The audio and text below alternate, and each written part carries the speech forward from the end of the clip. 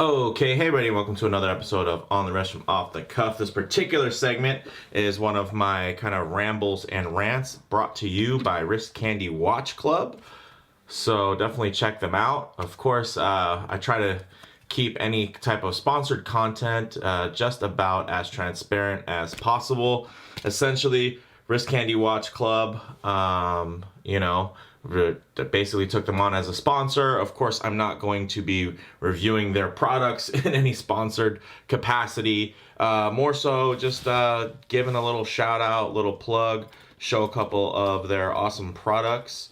Here we have their combination straps, which I think are really nice. This particular one, I actually kind of designed the colorway itself. So if you go on their website and you look up the Average Bros version of the combo strap, you'll find this blue and kind of chocolate brown one, which I think is super versatile. I really do like the black and that gray though. I think these are really nice. One pass, super thin, but also super durable. They don't feel cheap at all, which is really nice. And as far as cost goes, I think they could definitely be classified as cheap when it comes to how much you're gonna pay for these. So once again, big thanks to Wrist Candy Watch Club for supporting the channel. So if you support the channel, and can appreciate the fact that there are brands out there that are, giving me some incentive to continue to put out content, then you should definitely check them out. I would definitely appreciate it.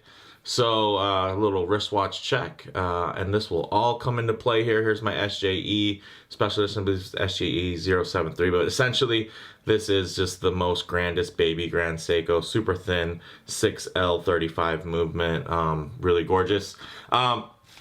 So today's, I guess the subject of today's episode is going to be review biases. Now, it's been really big and kind of this overarching theme as of late. There's been a lot of videos about it. There's just been a lot of talk about this idea of reviewers bias when they review something that was free, or when they review something that they got a discount for, or when they're reviewing something that they know nothing about. It's just a picture of it and they're just talking about it. Or it's just something that they're gonna have for a couple of days to shoot a quick review on. So there's a lot to unpack here. I definitely have a lot to say, but let's go ahead and zoom out and pick up a couple of these watches here, take a couple of looks while we talk a little bit about the subject. Okay, so there's a lot to unpack here from the perspective of reviewers bias, and to me, I really don't think there's a perfect way for you not to be biased in some form, some shape or form, because I've been pretty much called out for any type of bias on no matter how I get the watch, whether it's something that I pay for directly, which probably gets less talked about. But yeah, some people think that if you buy a watch, you want to convince yourself that it's good and you're afraid to say anything bad about it because you bought it, because it would be a dumb video for you to say, oh man, I really regret buying this watch.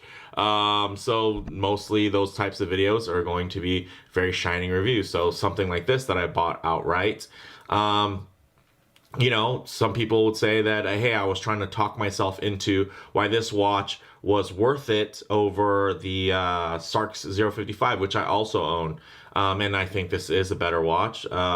But because, I own it, some people thought that somehow that skewed my opinion on it. And then here we have, I'd say, a little mixture of watches that are definitely more from the aspect, I guess, of your traditional watch review. These are loaners that are in for review, and they all happen to actually be pre-production models. So there's no way that I could buy these on my own. Because they're not available for purchase yet. You can pre-order and whatnot. Actually, not even all the reviews for these have been posted yet. So here's the Newmark 71, and then we also have the Cincinnati Watch Company P40M for mechanical, and then we have this awesome Monta Atlas, which we recently did a review on, and I'm loving all three of these watches. They are loaners, so I do have to send them back, versus something that, let's say, I purchased. So there's, for me, it goes a little both ways, right? So a lot of people, they think these are the purest type of watch reviews. Somebody sends you something and you send it back. Well, what comes with that is you don't really wear the watch, you don't really treat it like your own, and so it's a bit less informed, I guess you could say, right? Because it's not your watch, and you didn't buy it, so it's like, can you really say if it's worth it, or if you would buy it if you're not actually buying it? So that's there. Of course, in this case, these are all prototypes, pre-production models, if you will. So you can't really buy them yet. Do I plan to buy these watches when they're available? Yeah, I do. All three of them. I don't know exactly what the timeline will be, but I definitely would love to own all three of these watches because I think they're great watches. And that's kind of regardless of the situation of how I'm able to get them. And if I can get any type of discount, of course I would love that. If you could get a discount, of course you would take it, right? If it's for something that you want. It's not like I'm David Beckham and I just have this star quality and I'm a brand ambassador and they get something to gain from me wearing their watch. This is very specific. This is something that I started this channel reviewing watches that I bought. Obviously, there were bigger name watches, whether it's from Japanese brands or Swiss brands. Those brands had nothing to gain from me reviewing their watches. And a lot of these brands still don't have anything to gain. Let's say this watch here. Of course, Seiko has nothing to gain from me reviewing this watch and loving it and saying that it's great. And it's actually, a value at about $2,200. So it's one of those things that, I mean, even the vendor, right? Because I bought this from a particular dealer. I gave them a shout out in the review and the unboxing because, I was able to get a good deal with the Canadian, basically the Canadian exchange rate for Canadian dollars versus US dollars.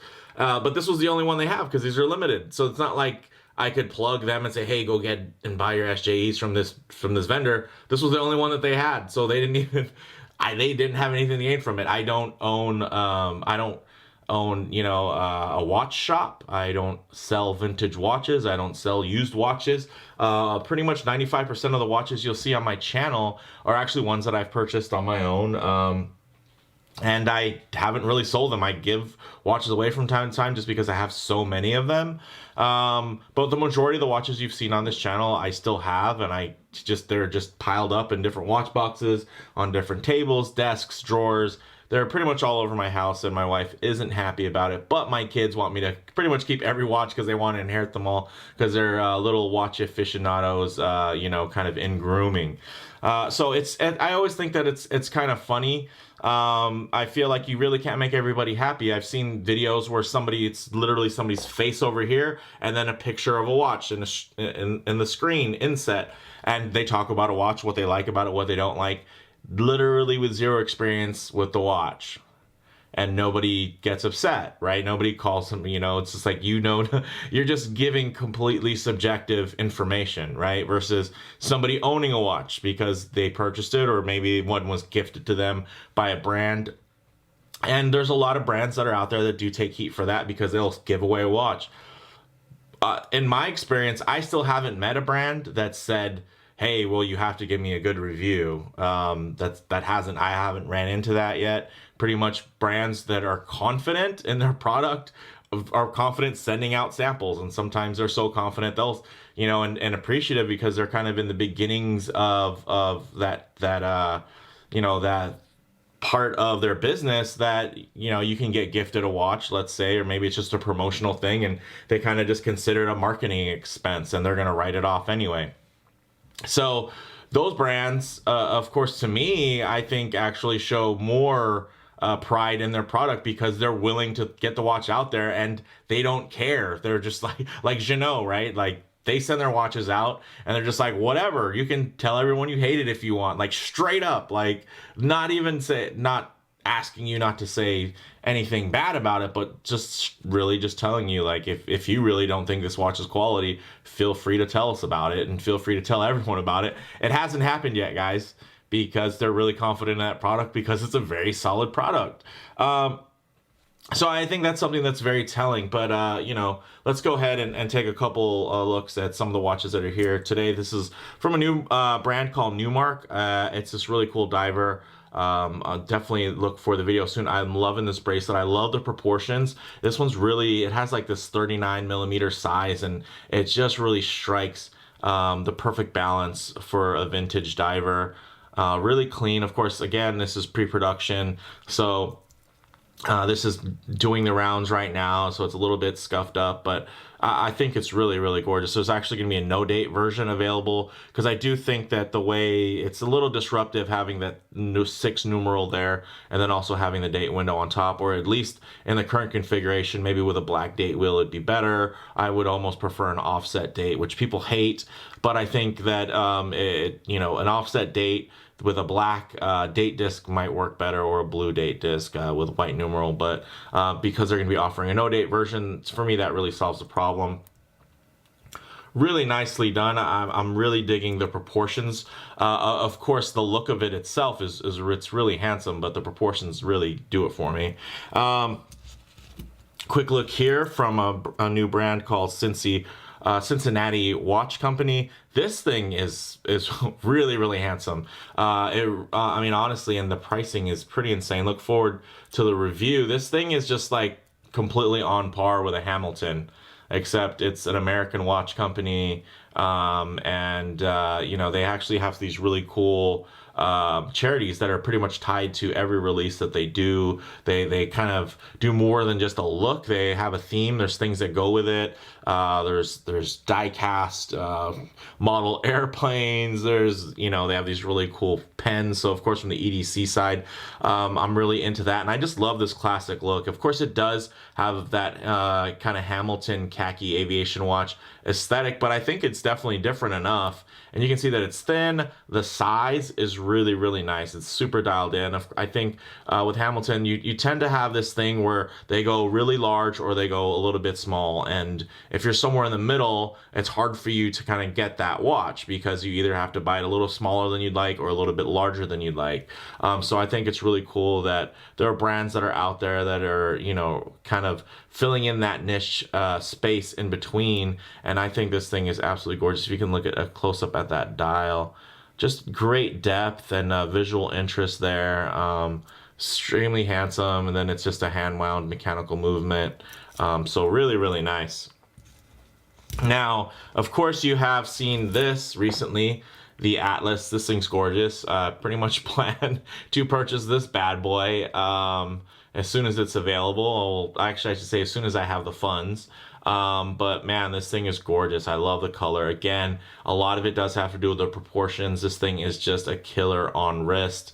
And as you can see, it's nice and thin. It's a little bit thicker than the Triumph, but I mean, it has it all. Just finished to a luxury level. And honestly, you can compare this watch to mainstream watches that are 2-3 times as much in cost, and this thing stands up to them. So that's insane, and it's just really handsome, and I genuinely think this is a great looking watch, right? But it's a it's a loaner, so I don't have personal obviously I'm not treating these watches like I would for a watch that I actually own, like this one. Of course, I'd probably baby this a little bit more because it's limited, but an example of a watch that was gifted to me would be, actually it's not running right now, but this is my, it looks like the seconds hand is, yeah, it's going. So I really love this piece, and I was able to kind of be one of the first to review it. And of course, I couldn't buy it on my own because I got this back in February. The watch was released in May. So I didn't buy it, but I was fortunate enough to be kind of one of the few that were able to be one of the people who reviewed it early on and gave early thoughts and did some teaser promotions and whatnot. And for their appreciation, they actually just wrote this off as a nice promotional gift.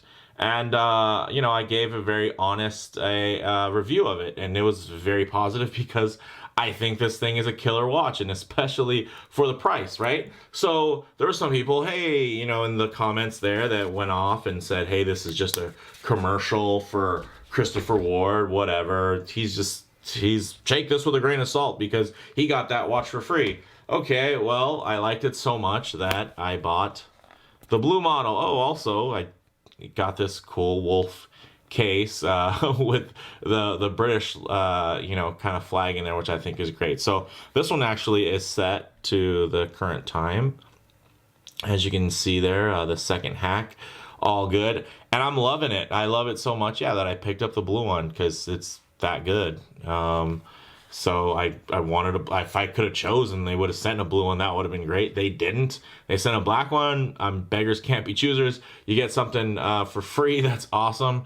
You can't really be too mad at it. And yeah, I liked it so much. I got a blue one. This thing is excellent. So, I guess from that aspect, is my review and my thoughts on the blue one somehow more validated because I bought it versus the black one that I got for free? I don't know. I mean, to me, I would think that there's probably not going to be very many biases there. I like watches that I like, and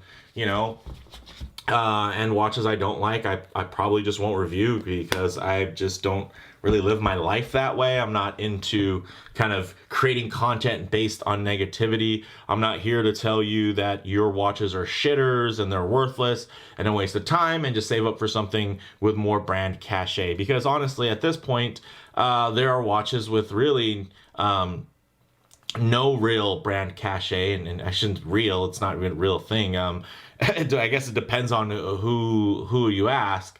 Some people will always consider Tudor the poor man's Rolex, and some people will call it the smart man's Rolex. So it's really a very subjective thing. So I just want to talk about that because I don't think any reviewers are really talking about that, and it's people are just kind of going on with this narrative that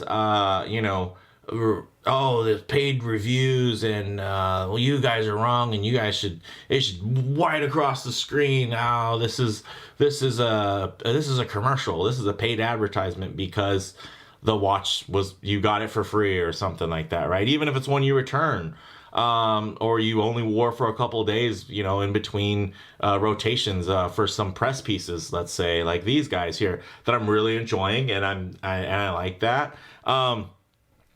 But for me, I don't know, maybe it's just unique to kind of the watch reviewing world. I feel like sponsorships are something that's totally acceptable in other genres, like let's say automotive.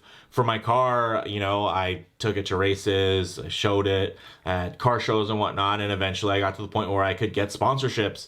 And it's one of those things, you get sponsorships, it's a rite of passage. It's like you earned it, you got there. You didn't just get a bunch of free stuff because you happen to have this cards, because you put time into it, right? Like this channel, you put time into it. You buy all these watches you don't really need, and you review them to share them, and you can compare and contrast and bring something and put it out there for people to enjoy.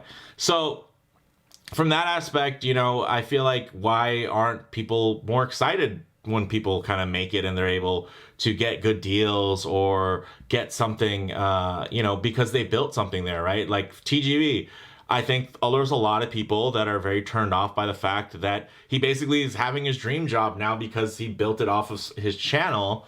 And now he gets to work, basically for a company that sells watches, and he has access to all these great watches now to review. I think that's cool. Isn't that kind of the whole point of doing this type of stuff, is, or do anything in life, is to advance. It's not to be stagnant.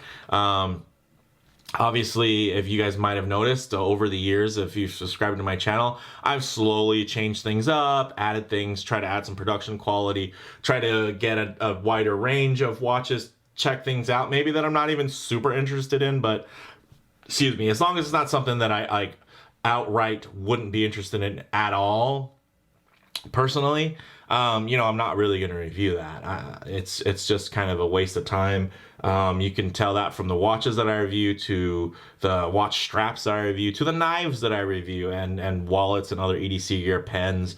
I spend my time, reviewing things that I enjoy. I'm not going to be the reviewer that goes to a jewelry shop, holds up watches, says this is good, I like this, I didn't like this one was gross, way overpriced, blah, blah, blah. Like, what even good is that? You might as well just be, again, it's your face talking and then an inset picture of a watch, and then you're judging it based off of a picture, versus somebody that's getting hands-on, going through the trouble, the rigmarole of repackaging and shipping things out to the next guy and signing the contracts for damage and whatnot. Just basically acknowledging that I'm not going to steal these watches. There's a lot that goes into accepting loaners, and then even accepting free stuff.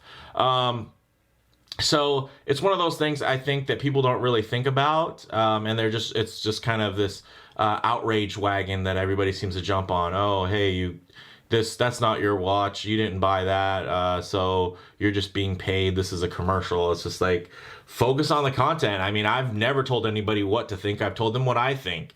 And if you agree or you're like-minded, you have a similar taste, then maybe you'll like the watch too, or maybe you won't like it. There's certain things, though, that I don't like to be the one.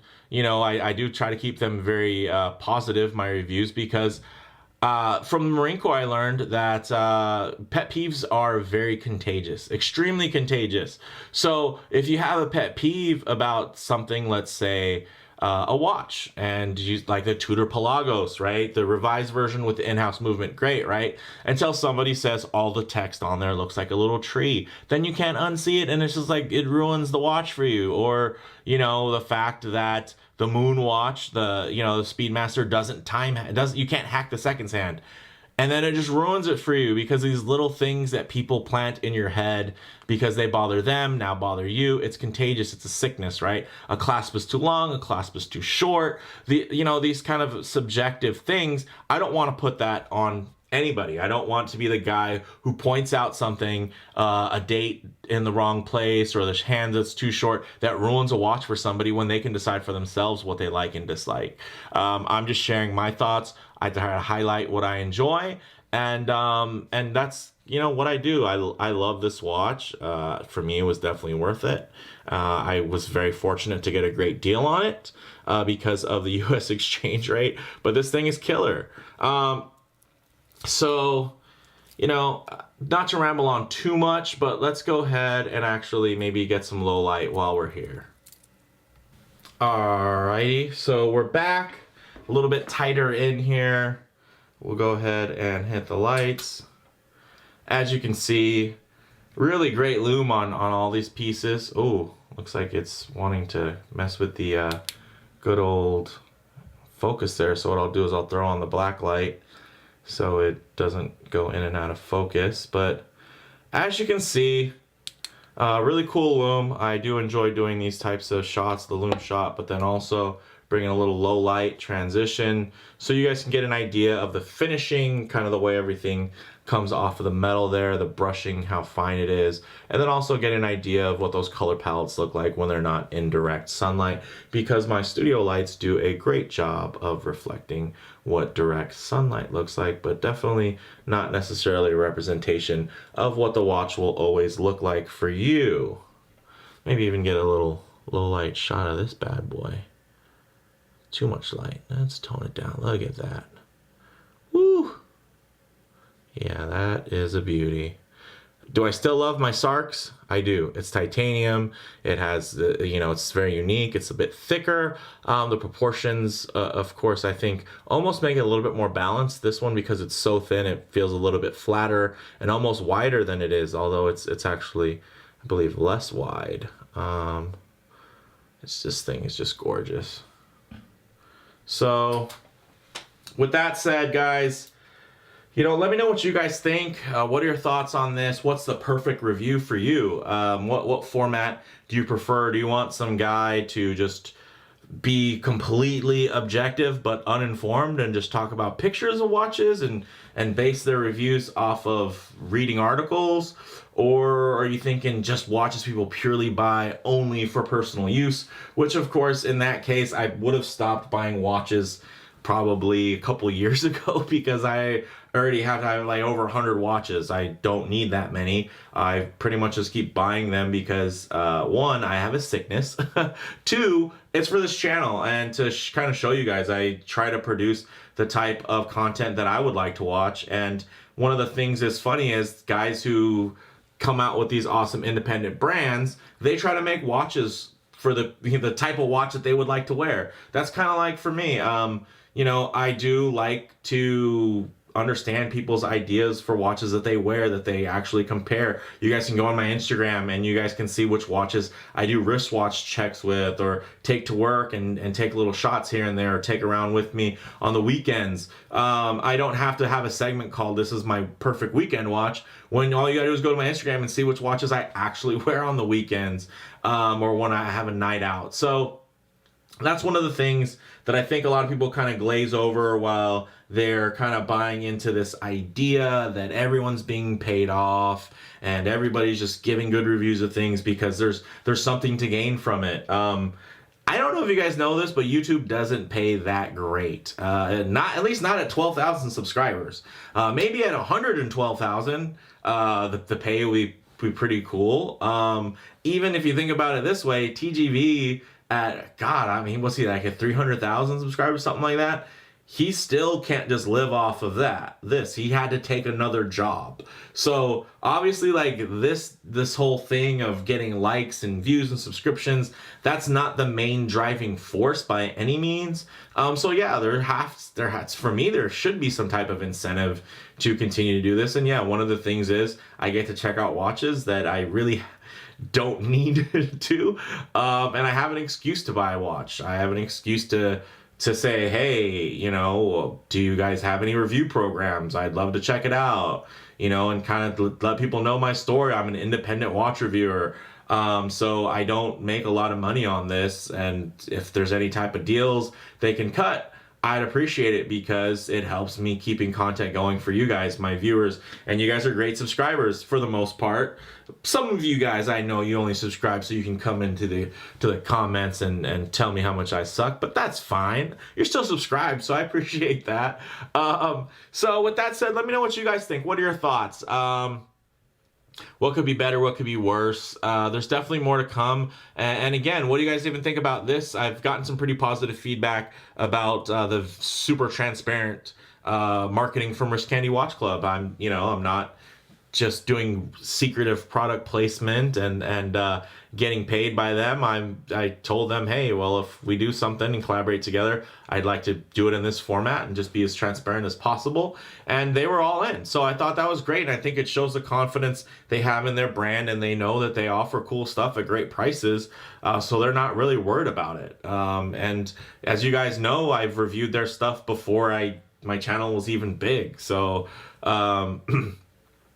you know, I think they do have quality products. And my watch collecting journey, is there honestly going to be a lot of times I'm going to buy, you know, a $12, $15 NATO? Honestly, probably not, because I'm buying $50 NATOs now.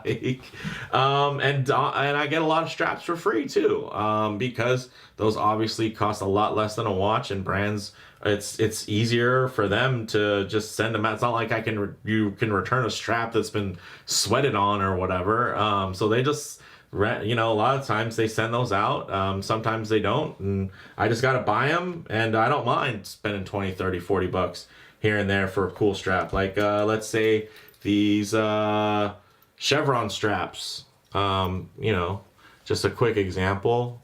Pretty cool, right? This is, I believe, a Crown and Buckle. These are cool straps, but you know what? Crown and Buckle does a great job selling these, so there's really no deals to be had. But I think they're pretty cool, so I bought them. And then the nice thing is, though, because, oh, sorry, I think I hit my good old microphone there. Let me dig around here. Because I actually got those, the nice thing is I can compare them, which is one of the nice things about my channel, is I like to compare stuff, right? I've done videos where you kind of compare a $100 watch versus a $1,000 watch, and yeah, I can compare these and let you know, like, hey, regular Perlons are super cheap, much cheaper, and totally worth for you to buy on your own. But also, hey, the super expensive, I shouldn't say super expensive, but for straps, right? The more high-end straps are still worth it. These watches are nice watches, but more high-end watches are still worth it too. I'm not saying don't buy Tudor, don't buy Rolex, don't buy Omega, just buy these. There's plenty more. Good God, this video's going on forever. Wow. But you know what? Risk Candy Watch Club brought that to you, so you can complain to them because they motivated me to make this video, dang it. So definitely check them out. But yeah, video's gone on long enough. Let me know what you guys think in the comments below.